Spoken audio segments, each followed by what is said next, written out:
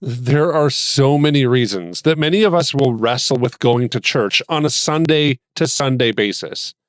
And as many of us are encountering the summer doldrums, we can find ourselves as bedside Baptists, if you want to put it that way, where we end up kind of just opting for sleep or rest, or maybe we just don't feel like going to church today. Maybe we're out camping and we don't know if we should go into a local community to have church, or we're on vacation. We don't know if we should hunt down a church in the place that we're vacationing. And I think for many of us, we can kind of just understand that this is just part of the nature of being an American Christian. But today on the Celebrate Kids podcast, in our daily segment, Facing the Dark, we want to look at this topic. Should families put church on pause, especially in the summertime? There's some new data that kind of shows that American Christians do this, kind of on the regular. But Dr. Kathy has some insights for us that should inspire us to continue bringing our families to church, even when the weather's bad and we might not feel like going in the summertime. So let's turn now to Dr. Kathy Cook. Don't be afraid of the dark. Be careful with stars. Not every light is gonna guide you, baby. Not every light is gonna guide you.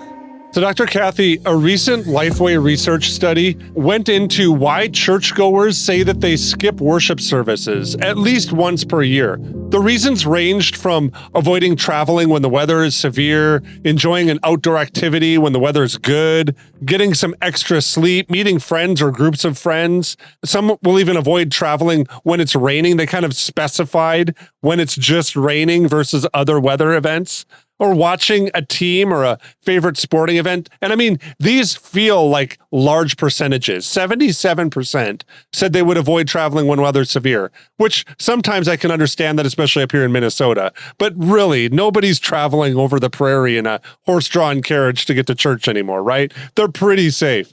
Others, 50% said that they would skip church at least once a year because they're meeting up with a group of friends. These statistics are really interesting. But what they found is that 1 in 10% Protestant churchgoers say they would never skip church for any of those reasons. And twice as many say that they would skip due to 5 options besides severe weather situations. So that's 2 out of 10, Dr. Kathy. The executive director of LifeWay Research, Scott McConnell, said, quote, churchgoers are not on autopilot. Each week, they are faced with a choice of whether to attend church, and there is more than one trade-off when it comes to that decision, end quote.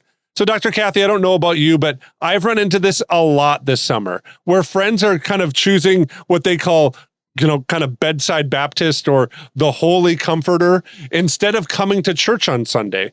And while I understand the reasoning kind of maybe of being an adult, I don't really want to condone it. I understand it, but I don't condone it. But I think there are other things that we miss when we do that, when we have kids in the home. Why do you think that kids should be in church every week? Oh, no, this is so important. Yes, this is so important. God is worth it. God is worth it. Sacrifice is appropriate. It's not always easy, and it's not about us. It's about spending time with the fellowship of believers, praying in unity, worshiping the one true God in a corporate setting. It's iron sharpening iron relationally. The people that you sit by and with the staff and the volunteers of the church, it's a habit that you establish, and it's about God. And I want to say that, they go to school. They don't get to stay home from school. Now, an occasional mental health day, absolutely. If your kid is not physically ill, but has just reached like the end of himself for whatever reasons going on at school, I don't have a problem with an occasional, what I would call mental health day, where you allow them to stay home because they're overwhelmed and there's just a lot going on. So occasionally that would happen with church, but you make them go to school. If they have a job, they don't get to stay home. Oh, I'm just not in the mood to go to work today. They go to work.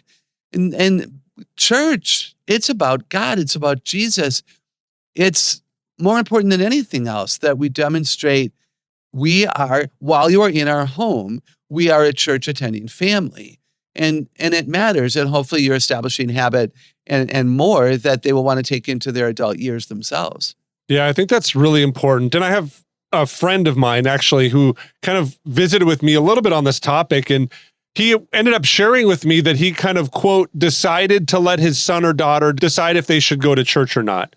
Now, I wrestle with that because I kind of get the sentiment of having our kids kind of take on their faith and make it their own. But I feel like I might be missing something here. Is this practice of parents letting their kids who are in their house kind of choose if they're going to church or not really a positive practice, a good practice? And I might be missing it because some of those kids might be having, issues with the church. They might be wrestling with it if that's a place for them to go. But for me, I wrestle with that when we have kids in our home who are in high school, maybe, if you want to put them in that category, who are now just saying that they might not want to go to church. Do we say something to our kids when we kind of allow them to choose? Or is there a place maybe that I might be missing where it is wise to allow a child like that? I shouldn't maybe call them a child, maybe a teenager, to make those determinations on whether they're going to go to church on Sunday. What are your thoughts here, and how should we think about it, especially as we're trying to raise young men and women who know and understand and love the Lord?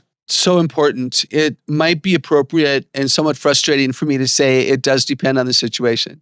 I can see times when it's really difficult. What if there's a bully in the middle school or the high school that has really scared a kid? What if you've got a child on the spectrum? There's some autism, there's some Asperger's, there's something going on there, and they just don't feel safe. That is different from what we're talking about here, which is, typical kids, typical families, and they're just lazy. Or they might say, well, I don't believe in God. Well, that's why we're going to go to church, because that's where you might find out that your mom and dad are not the only ones who do. So I think maybe parents, like with so many other things that happen, you make sure that if you're parenting with a partner, you guys are married, and you agree. And you agree before it's necessary to have the conversation with your kid. Now, these are the reasons we would allow a child to stay home from church, and these are not appropriate reasons. And you have your ammunition ready so that when your kid presents on a Saturday night, you're not, shocked, and you're not going to be then talking off the top of your head. I would also say that I think there are a lot of young people who don't understand the purpose of church. It is not supposed to be a fun and entertaining place. I believe actually that one of the reasons that a lot of high school students who graduate never darken the door of a church again is that in some of our churches, they have not understood what big church is about, what adult church is about. If they've only been in youth group, if they've only been allowed to go, down the hall to life group, Sunday school or whatever, and it's always fun and games and short little snippets. And it's not always. My church has a very dynamic, very deep Bible teaching program for our youth, and the youth sit in the adult service, some with their parents, some in the back with the youth leaders, but they're there.